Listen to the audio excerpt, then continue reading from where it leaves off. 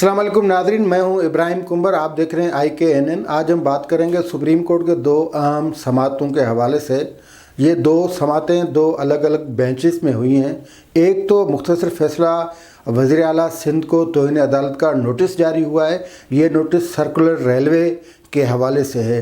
उसके तफसील में उसका तफसील हम बाद में बताएंगे, लेकिन पहले तो ये बताना ज़रूरी है कि अदलिया की आज़ादी की गारंटी आइन में दी गई है और आइन अदालत के तहफ़्फ़ुज़ की ज़मानत देता है। इसलिए अदालत जब भी चाहे कि किसी भी मामले पे जब वो समझे कि अदलिया के फ़ैसलों पे अमल दरामद नहीं होता या अदलिया की बेतौकीरी हो रही है, तो वो किसी भी फ़र्द शख्स को बुला के तौहीन अदालत की कार्रवाई कर सकती है। लेकिन सुप्रीम कोर्ट के कई फ़ैसले ऐसे हैं या सुप्रीम कोर्ट के कई मुअज़्ज़ज़ जजों की सैकड़ों ऑब्ज़र्वेशंस हैं जिनमें ये कहा गया है कि सुप्रीम कोर्ट के फ़ैसले जो होते हैं वो आवाम की मिल्कियत होते हैं और उस पर मुसब्बत जो तनकीद है वो की जा सकती है। मुसब्बत तनकीद की इजाज़त है। मैं आज के प्रोग्राम में न मुसब्बत तनकीद करूँगा न मुसब्बत रिपोर्टिंग करूँगा। मुसब्बत रिपोर्टिंग से मेरी मुराद आप समझ गए होंगे। मुसब्बत रिपोर्टिंग का कहा गया था, लेकिन फिर भी जो वज़ीर आज़म इमरान ख़ान की हुकूमत है वो मुसब्बत रिपोर्टिंग के बावजूद ऊपर नहीं उठ सकी और मुसलसल वो नीचे गिरते गिरते अब जिन हालात से दो चार है वो सब आपके सामने हैं। उन हालात को आप महंगाई, बेरोज़गारी के पैमाने पे आप उसकी पैमाइश कर सकते हैं। लेकिन हम बात करें सुप्रीम कोर्ट के फ़ैसलों की। सुप्रीम कोर्ट ने आज एक तो वज़ीर आला सिंध को सर्कुलर रेलवे में तौहीन अदालत नोटिस जारी कर दिया है और उस नोटिस में ये कहा गया है कि क्यों न वज़ीर आला सिंध के ख़िलाफ़ सर्कुलर रेलवे के हवाले से अदालती हुक्म पर अमल दरामद न करने पे तौहीन अदालत की कार्रवाई की जाए। जबकि दूसरा जो केस था वो गुज़िश्ता दिन अहद चीमा, जो कि आशियाना हाउसिंग स्कीम यानी नेब रेफरेंस के बड़े मुलजिम करार दिए गए थे और उस हवाले से ये कहा गया था कि ये अहद चीमा वो शख्स है जिसमें शहबाज शरीफ की सांसें चल रही हैं। अहद चीमा बड़ा मुलजिम है, अहद चीमा बड़ा मुजरिम है और वो सब कुछ बता देगा और शहबाज शरीफ के ख़िलाफ़ उसके पास बहुत से सबूत है। लेकिन तकरीबन 2 साल 9 माह के बाद अहद चीमा को जो है वो ज़मानत मिल गई, वो आज़ाद हो गए।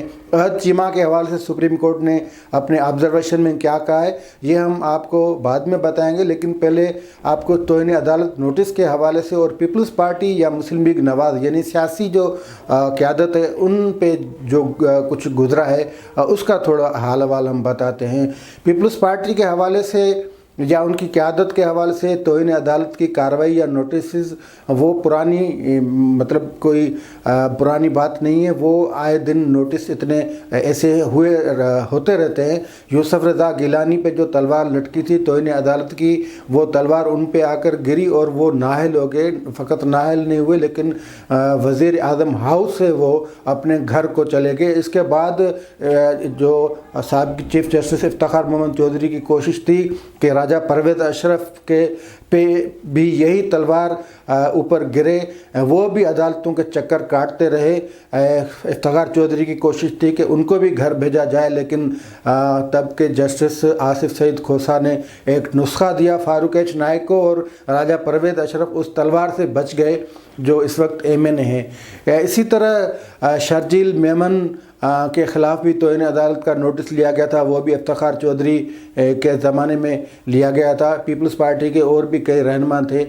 फिर जब साकिब निसार चीफ जस्टिस बने तो दानियाल अजीज़ से लेकर तलाल चौधरी तक, निहाल हाशमी सब पे तौहीन अदालत की जो तलवार न फ़कत लटकी लेकिन गिरी और फिर वो सब के सब नाअहल हुए।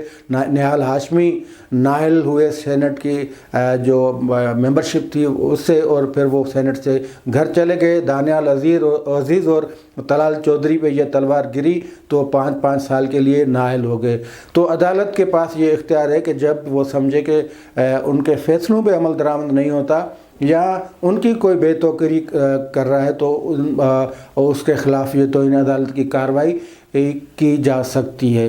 اب ہم آتے ہیں کہ وزیر اعلیٰ سندھ پہ جو یہ کارروائی یا جو نوٹس ملا ہے یا ان کو توہین عدالت کا جو نوٹس دیا گیا وہ کس بنیاد پہ دیا گیا؟ اصل میں سپریم کورٹ کا ایک فیصلہ موجود ہے جس میں سرکولر ریلوے کراچی ہے اس کو فعال کرنے کے حوالے سے حکم دیا گیا تھا۔ اس میں سب سے پہلے تو سندھ کے چیف سیکریٹری کو توہین عدالت کا شوکات نوٹس دیا گیا جس میں جواب طلبی کی گئی کہ آپ عدالتی حکم کو کیوں نہیں مانتی۔ سرکولر ریلوے کراچی کوئی معمولی ایشو نہیں ہے، وہاں کے جو ریلوے لائن پہ ہزاروں اور جو لوگ ہیں وہ آباد ہیں، ان کو ہٹانے کا جو مسئلہ ہے وہ اپنی جگہ، لیکن عدالتی حکم ہے، عدالتی حکم پہ عدالتی عمل کرنا ہے، وہ عمل کرنا جو ہے وہ وفاقی یا صوبائی حکومت سب کا جو وہ فرض بنتا ہے۔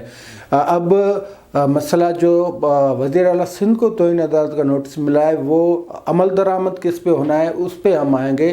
ایک تو آج کی جو کارروائی تھی وہ FWO جس کو یہ ٹھیکہ دیا گیا کراچی سرکلر ریلوے کے جو ڈیزائن، یعنی جہاں سے یہ ریلوے گزرے گی وہاں کے انڈر پاس اور جو پٹڑی بنے گی، ٹریک بنے گا، اس کا ٹھیکہ FWO کو دیا گیا ہے۔ اور FWO کو ٹھیکے کا آپ مطلب سمجھیں کراچی سے حیدرآباد M9 موٹر وے کا ٹھیکہ بھی FWO کو دیا گیا تھا، اور اس کی روڈ کی اب مین شاہراہ سی پیک کا وہ حصہ ہے، اس کی آپ اگر اندازہ نہیں ہے تو آپ ایک بار یہ سفر کر کے دیکھیں حیدرآباد سے کراچی موٹر وے کا، اور ملتان سے سکھر کا بھی دیکھیں۔ ملتان اور سکھر ریلوے چین کی کمپنی نے بنایا تھا، چائنا کی کمپنی کے اس جو شاہراہ ہے اس کی دیکھیں خوبصورتی، دیکھیں اس کا جو استعمال مٹیریل ہوا ہے، اور حیدرآباد سے کراچی جو FWO نے روڈ بنایا ہے اس کی حالت بھی دیکھیں، آپ فرق سمجھ جائیں گے۔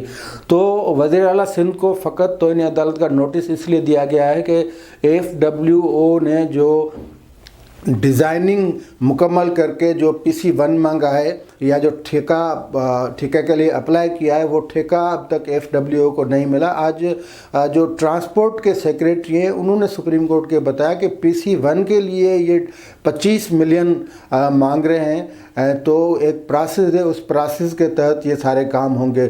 بہرحال امید یہی کی جاتی ہے کہ وزیر اعلیٰ سندھ کو جو نوٹس ملا ہے توہین عدالت کا، اس کے بعد FWO کو یہ ٹھیکہ جلد سے جلد مل جائے گا، کیونکہ عدالت کا کہنا ہے کہ ٹھیکہ دینا ہے تو ان کو ہی دینا ہے، اور کیونکہ اگر نہیں دیا گیا تو آج نوٹس آیا ہے، کل ہو سکتا ہے کہ طلب کر کے وزیر اعلیٰ سندھ کو اس کے خلاف کارروائی بھی کی جا سکتی ہے۔ اب ہم آتے ہیں دوسرے ایک اہم ایشو پہ۔